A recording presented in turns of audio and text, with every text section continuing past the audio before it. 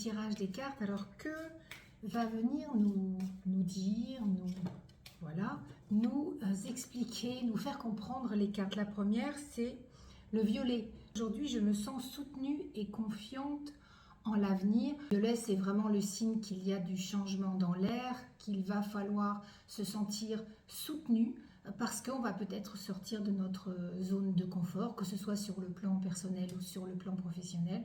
En tout cas, il va y avoir un besoin d'équilibre et le violet est là pour justement ce mélange de rouge et de bleu, hein, ce violet, cette couleur très spirituelle liée au 7e chakra, au chakra coronal. La nénette, elle est sur la planche de surf et je vous le rappelle parce qu'il sort assez souvent ce violet en ce moment, hein, je trouve.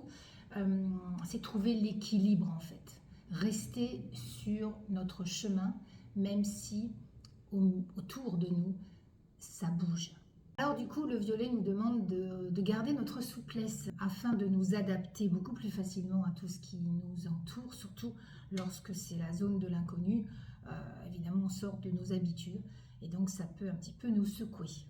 Pour vous aider à rester confiante en l'avenir et en lien avec la couleur violette, vous pouvez travailler avec l'améthyste, hein, qui est vraiment la pierre de l'adaptation au changement.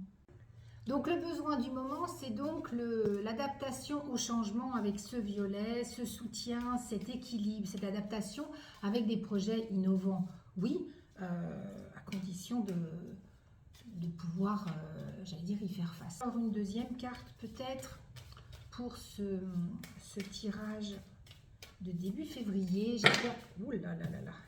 Il nous arrive le vert. Alors le vert... Le vert, c'est la couleur c'est l'une des couleurs du chakra du cœur, c'est avec le rose, hein, c'est ici que ça se passe et c'est vraiment en lien avec le respect de soi. Il semble que nous ayons un petit peu de difficulté à être à l'écoute de nos besoins, je dirais, et à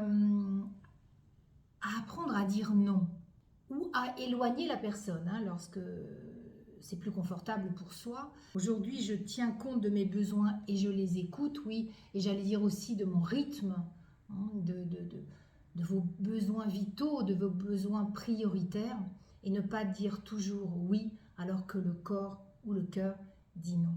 Vous pouvez laisser un petit pouce bleu en dessous pour que l'algorithme de YouTube continue d'adorer.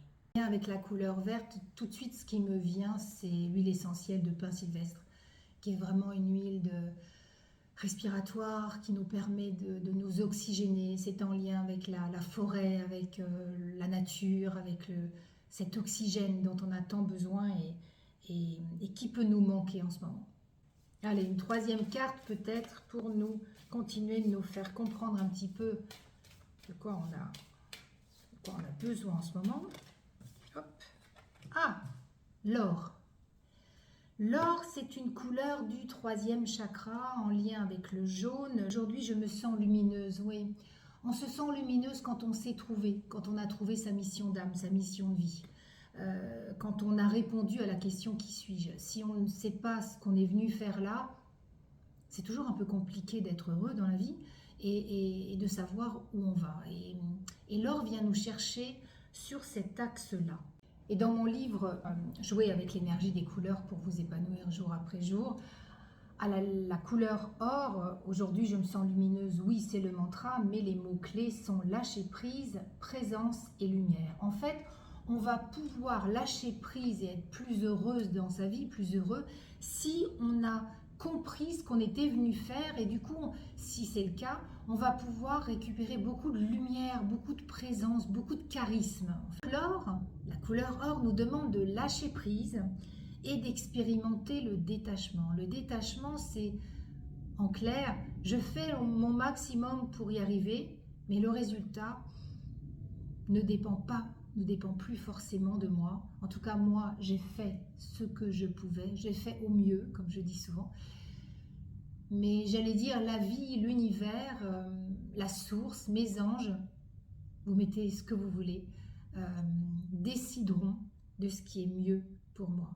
La pierre du lâcher-prise, c'est l'ambre, qui est une résine, c'est elle qui est la pierre par excellence pour moi, de laisser faire les choses en étant conscient que ce qui arrivera n'est pas forcément ce que j'avais prévu, mais en tout cas, ce sera le plus adapté à ma compréhension et dans l'évolution de mon chemin dans cette incarnation. Allez, une dernière carte. Alors, on va faire autrement. Ça va être celle-ci. C'est l'indigo. Aujourd'hui, je suis en quête de sens. On nous demande donc avec cet indigo d'être beaucoup plus à l'écoute de la petite voix intérieure. Pourquoi? Parce que l'indigo, c'est vraiment le 6e chakra qui est ici, c'est l'intuition supérieure et cette vision, cette clairvoyance qui a toujours été là depuis que nous sommes nés.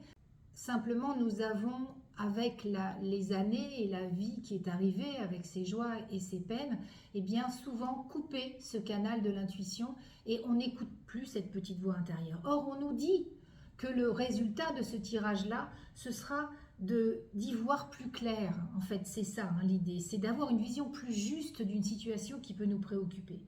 Aujourd'hui, je suis en quête de sens, c'est le mantra de la carte, donc je suis en quête de réponse, je suis en plein questionnement, je me pose des questions essentielles dans ma vie, et l'indigo nous dit écoute ton intuition.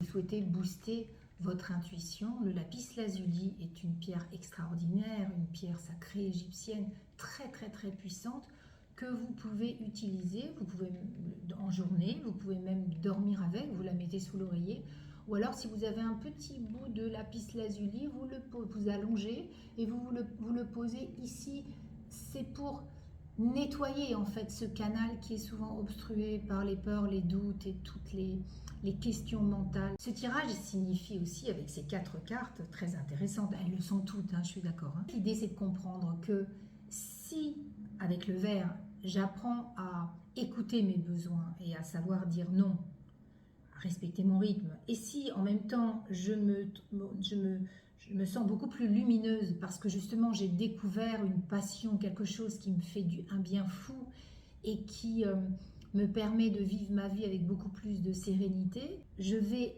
trouver du sens à cette vie.